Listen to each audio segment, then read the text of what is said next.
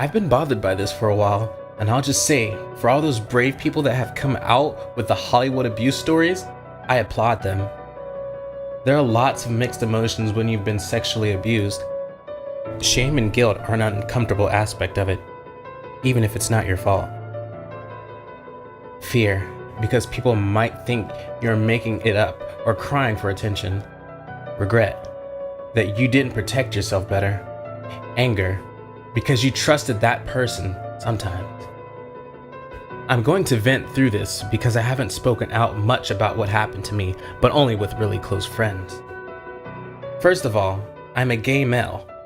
I've been told to watch out with my drinks at bars. I've kept a watchful eye when someone buys me a drink, but in this occasion, I was trusting of the person buying me one because we were friends.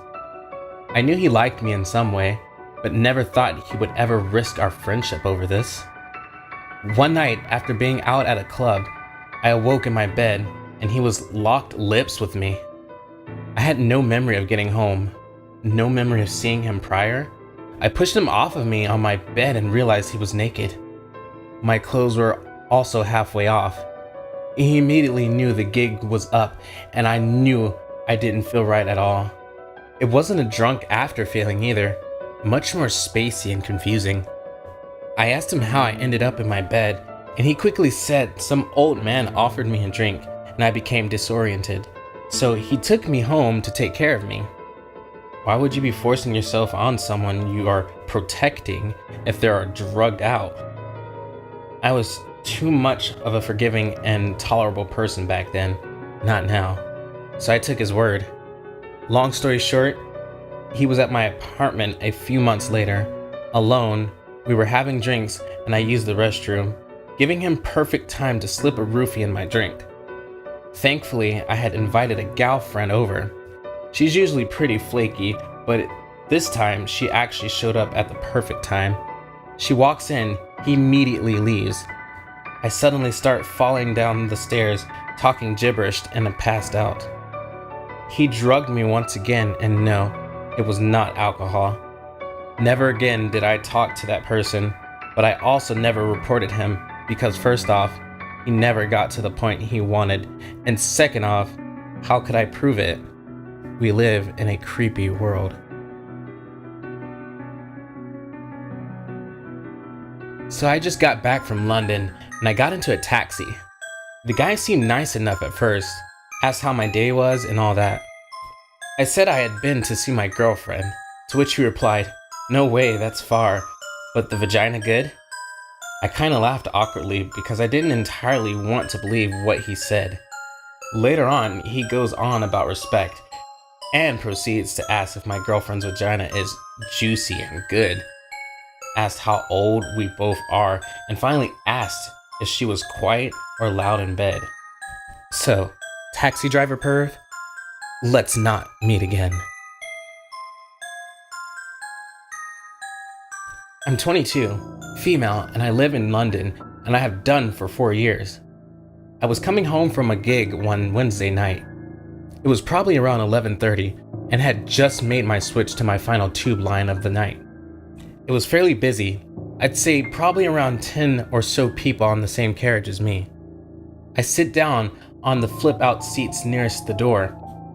As I'd just been to a gig, I'm a little tipsy, but definitely not drunk. I'm very cautious of my surroundings. There's a couple of girls sat opposite me, and then a smallish man. Everyone looked fairly normal. The man gets up and flips out the seat next to me and sits down. Now, to put me into some context, I'm a 5'8" competitive weightlifter, and this evening I was wearing all black with a leather jacket and heavy boots. I look like I'm in a lesbian biker gang. If someone was going to attack anyone, I would be a fair challenge. So when this little dude sits down next to me, I'm like, okay, a bit weird that he moved from the more comfortable seat to the shitty flipped out ones. I quickly glance over him. He doesn't look crazy. He doesn't smell of anything. He doesn't look high, and he's dressed fairly well. But he sits there, completely angled towards me, like he's turned as far in my direction as he can. I can feel his gaze like boring a hole into the side of my head. I have my headphones in, and I just look straight ahead. So then he starts twitching, like someone with Tourette's stifling a tick. So I'm generally put at ease for a little while. However, with the twitching, he starts biting his hand, and again I'm like, just a tick thing. But then he just like sinks his teeth in, flesh, blood, and everything. He loosens his hold on his hands and then twitches and bites down again. So naturally, I'm like, I'm gonna get the fuck off this sealed underground container. So I get off at the next stop, walk off the platform as if I'm leaving, so he'd think I was leaving. Because I was on the Victoria line, I just assumed another tube would be along in the next couple of minutes. However, it wasn't, and I didn't want to miss the last train home. So I go to another way onto the platform and get back on the same train a few cars down. Now, when I got off the first car, the creepy guy looked at me super weirdly, kind of like longingly. I can't even place the kind of look it was really. It just freaked me the fuck out. So we get to the next stop, and I see the guy walking down the platform. Now at 11:40 on a Wednesday night, when you're alone, you barrel down the platform to the exit as quickly as you can move. Nobody really wants to hang around down there. So when I see the creepy guy just ambling down the platform at the next stop, it tells me something is off. He's walking, looking around, looking dejected. Then he clocks me. It becomes painfully apparent to him that I've moved down the train to get away from him. Luckily, the door had just closed. He makes eye contact with me and starts shrieking and banging on the closed doors, blood from his bitten hands smearing everywhere as the train pulled away. The sight has rattled me and has continued to do so for months after. So yeah, Tube Dude, let's not meet.